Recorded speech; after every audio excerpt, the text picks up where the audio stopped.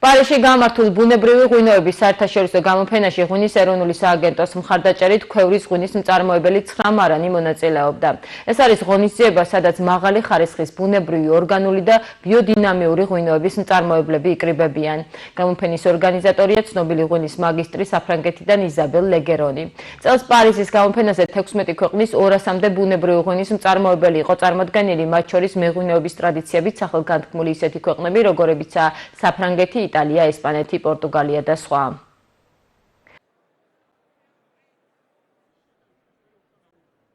ღვინის ეროვნული სააგენტო აქტიურად ზრუნავს მცირე მარნებზე და ნიშურ ღვინოზეც. პირველი გამოფენა, რომელიც წელს ეწყობა, სწორედ აი ამ ასეთი კატეგორიის ღვინისთვის არის განკუთვნილი. ეს არის ნიშური გამოფენა, სადაც მხოლოდ ბუნებრივი ღვინოებია წარმოდგენილი. საქართველო ამ კუთხით ერთ-ერთი გამორჩეულია, ვინაიდან ჩვენი ტრადიციული ქვევრის ტექნოლოგია თითქოს მისადაგებულია იმისთვის, რომ სწორედ ბუნებრივი, ნაკლებით ჩარევით დამზადებული ღვინო ვაწარმოოთ. წარმოდგენილი თითოეული ბოთლი არის საქართველოს სახე, რაც გამოგვაქვს.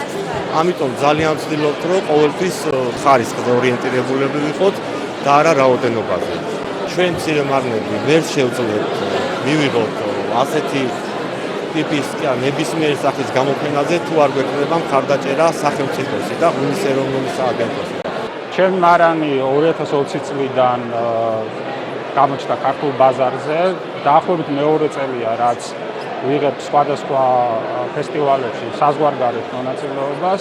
ხელშეწყობა, როდესაც ხდება თანადაფინანსება დიდწილად. პირველად გავსინჯე ქართული ღვინო, რომელიც იმ ტექნოლოგიით არის დამზადებული, როგორც ამას ქართველები აკეთებენ და ის არაჩვეულებრივია. მომწონს როგორი ცოცხალია და თან დახვეწილი. ეს ღვინო ძალიან კომპლექსურია.